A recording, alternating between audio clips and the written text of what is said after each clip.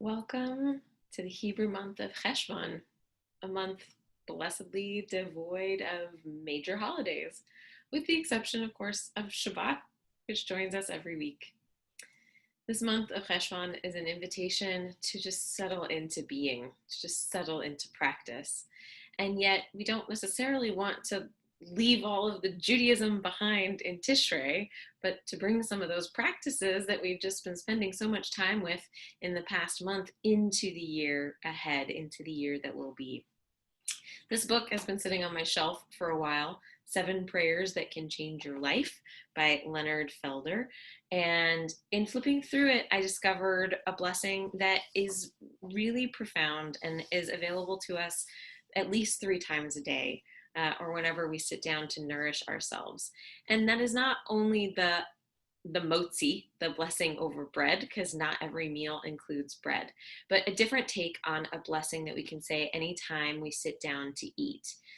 Now, pausing to take a moment to bless the food that we're about to eat does multiple things. One, it gives us the opportunity to pause before we eat, to slow down, and to connect actually with like the greater processes of creation that are unfolding around us when we eat food. So the blessing that's offered here is another one that you can say when you're having a meal, whether it has wheat in it or not. And it is Baruch Atah Adonai Eloheinu melech haolam shehakol nihiyeh bidvaro, which translates to Blessed are you, eternal one, energy source of the universe, through whose word or expression everything came to be. In this blessing, we are invited to conceptualize God not as a noun, but God as a verb. God as a notion that is constantly moving, a process that exists in the universe that we are a part of. Rabbi David Cooper talks about this in his book, God is a Verb, from a mystical perspective.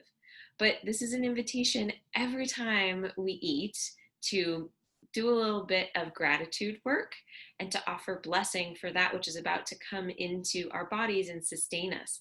And by offering this blessing in particular, by whose word or expression everything came to be, we are inviting ourselves into the possibility that there is this, as Felder says, a mysterious desire or force inherent in the universe that wants this food to nourish us and to help us share our gifts and our kindness with others. So this simple act of blessing our food is an opportunity not only to take care of ourselves, but to remind ourselves of the greater place that we take in the world. So I invite you to tinker with that. I'm going to. I hope that you have a wonderful week. Be well.